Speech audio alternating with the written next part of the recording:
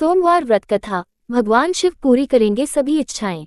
नमस्कार भक्तों, आज हम आपको एक सच्ची और चमत्कारी कथा सुनाने जा रहे हैं। शिवजी और एक गरीब भक्त की कथा, जो भक्ति, विश्वास और शिव कृपा का जीवंत उदाहरण है।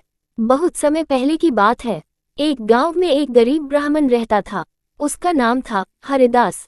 उसके पास न धन था न संपत्ति, बस एक चीज थी, अटूट भक्ति। हर रोज वह सुबह उठकर पास के जंगल में जाता, शिवलिंग को ढूंढता और झरने से जल भर कर चढ़ाता। एक दिन बारिश और तूफान के कारण वह झरने तक नहीं जा सका। उसके पास पीने का पानी भी नहीं था, लेकिन उसने फिर भी घर से थोड़ा सा जल बचाकर शिवलिंग पर चढ़ा दिया। उसने कहा, हे भोलेनाथ, मेरे पास आपको देने को कुछ नहीं, पर मेरी भक्ति सच्ची है। और फिर उसी रात जब वह भूखा सो गया, शिवजी ने उसे स्वप्न में दर्शन दिए और बोले, वत्स, तेरी भक्ति से मैं प्रसन्न हूँ। कल सुबह उठते ही तुझे जो मिलेगा वह मेरा आशीर्वाद होगा।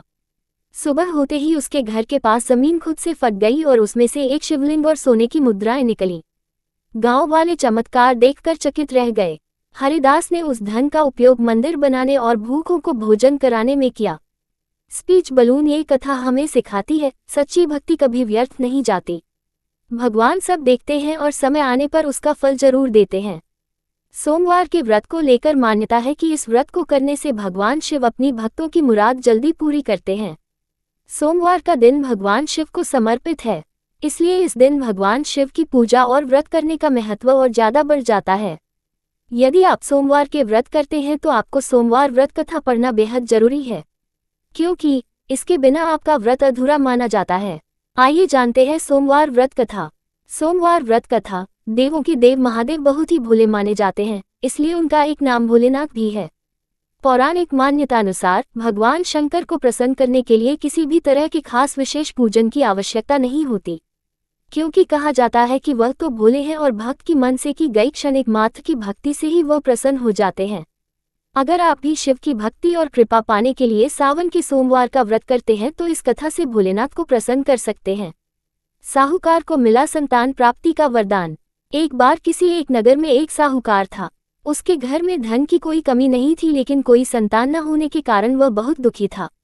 संतान प्राप्ति के लिए वह हर सोमवार को व्रत रखता था और पूरी श्रद्धा के साथ शिव मंदिर जाकर भगवान शिव और माता पार्वती की पूजा करता था। उसकी भक्ति देखकर एक दिन मां पार्वती प्रसन्न होकर भगवान शिव से साहूकार की मनोकामना पूर्ण करने का निवेदन किया। पार्वती जी के आग्रह पर भगवान शिव ने कहा कि, हे पार्वती, इस संसार में हर प्राणी को उसके कर्मों का फल मिलता है और जिसके भाग्य में जो हो उसे भोगना ही पड़ता है। लेकिन पार्वती जी ने साहूकार की भक्ति देखकर उसकी मनोकामना पूर्ण करने की इच्छा व्यक्त की। माता पार्वती के आग्रह पर शिवजी ने साहूकार को पुत्र प्राप्ति का वरदान तो दिया, लेकिन उन्होंने बताया कि यह बालक 12 वर्ष तक ही जीवित रहेगा। साहूकार के पुत्र का कुछ ऐसे हुआ विवाह। माता पार्वती और भगवान शिव की बातचीत को साहूकार सुन रहा था, इसलिए उसे ना तो इस बात की खुशी थी और ना ही दुख। वह पहले की भांति शिवजी की पूजा करता रहा। कुछ समय के बाद साहूकार की पत्नी ने एक पुत्र को जन्म दिया। जब वह बालक 11 वर्ष का हुआ तो उसे पढ़ने के लिए काशी भेज दिया गया। साहूकार ने पुत्र के मामा को बुलाकर उसे बहुत सारा धन देते हुए कहा कि तुम इस बालक को काशी विद्या प्राप्ति के लिए ले जाओ। तुम लोग रास्ते में यज्ञ कराते जाना और ब्राह्मणों को भोजन दक्षिणा देते हुए जाना। दोनों मामा भांजे इसी तरह यज्ञ कराते और ब्राह्मणों को दान दक्षिणा देते काशी नगरी निकल पड़े।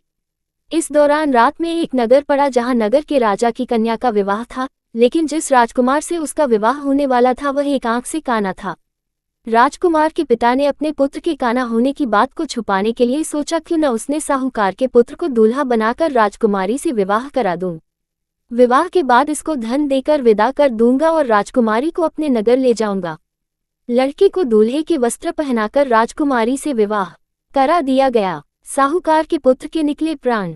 साहूकार का पुत्र ईमानदार था, उसे यह बात सही नहीं लगी, इसलिए उसने अवसर पाकर राजकुमारी के दुपट्टे पर लिखा कि तुम्हारा विवाह तो मेरे साथ हुआ है, लेकिन जिस राजकुमार के संग तुम्हें भेजा जाएगा वह एक आंख से काना है। मैं तो काशी पढ़ने जा रहा हूँ। जब राजकुमारी ने चुन्नी पर लिखी बातें पढ़ी तो उसने अपने माता पिता को ये बात बताई। राजा ने अपनी पुत्री को विदा नहीं किया, फिर बारात वापस चली गई। दूसरी ओर साहूकार का लड़का और उसका मामा काशी पहुंचे और वहां जाकर उन्होंने यज्ञ किया। जिस दिन लड़का 12 साल का हुआ उस दिन भी यज्ञ का आयोजन था। लड़के ने अपने मामा से कहा कि मेरी तबीयत कुछ ठीक नहीं है। मामा ने कहा कि तुम अंदर जाकर आराम कर लो। शिवजी के वरदानुसार कुछ ही देर में उस बालक के प्राण निकल गए।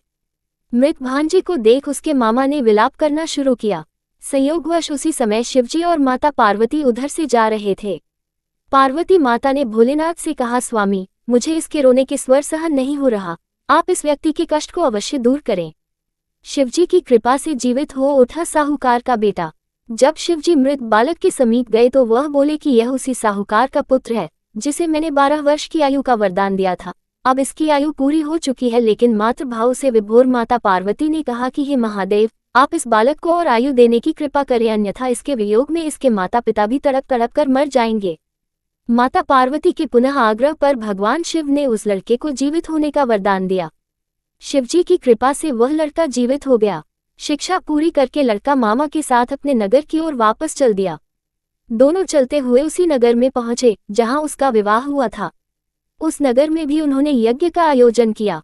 उस लड़के के ससुर ने उसे पहचान लिया और महल में ले जाकर उसकी खातिरदारी की और अपनी पुत्री को विदा किया। सबकी मनोकामनाएं होती है पूर्ण। इधर साहूकार और उसकी पत्नी भूखे प्यासे रहकर बेटे की प्रतीक्षा कर रहे थे। उन्होंने प्रण कर रखा था कि यदि उन्हें अपने बेटे की मृत्यु का समाचार मिला तो वह भी प्राण त्याग देंगे, परंतु अपने बेटे के जीवित होने का समाचार पाकर वह बेहद प्रसन्न हुए। उसी रात भगवान शिव ने साहूकार के स्वप्न में आकर कहा, हे श्रेष्ठी, मैंने तेरे सोमवार के व्रत करने और व्रत कथा सुनने से प्रसन्न होकर तेरे पुत्र को लंबी आयु प्रदान की है। इसी प्रकार जो कोई सोमवार व्रत करता है या कथा सुनता और पढ़ता है उसके सभी दुख दूर होते हैं और सभी मनोकामनाएं पूर्ण होती हैं।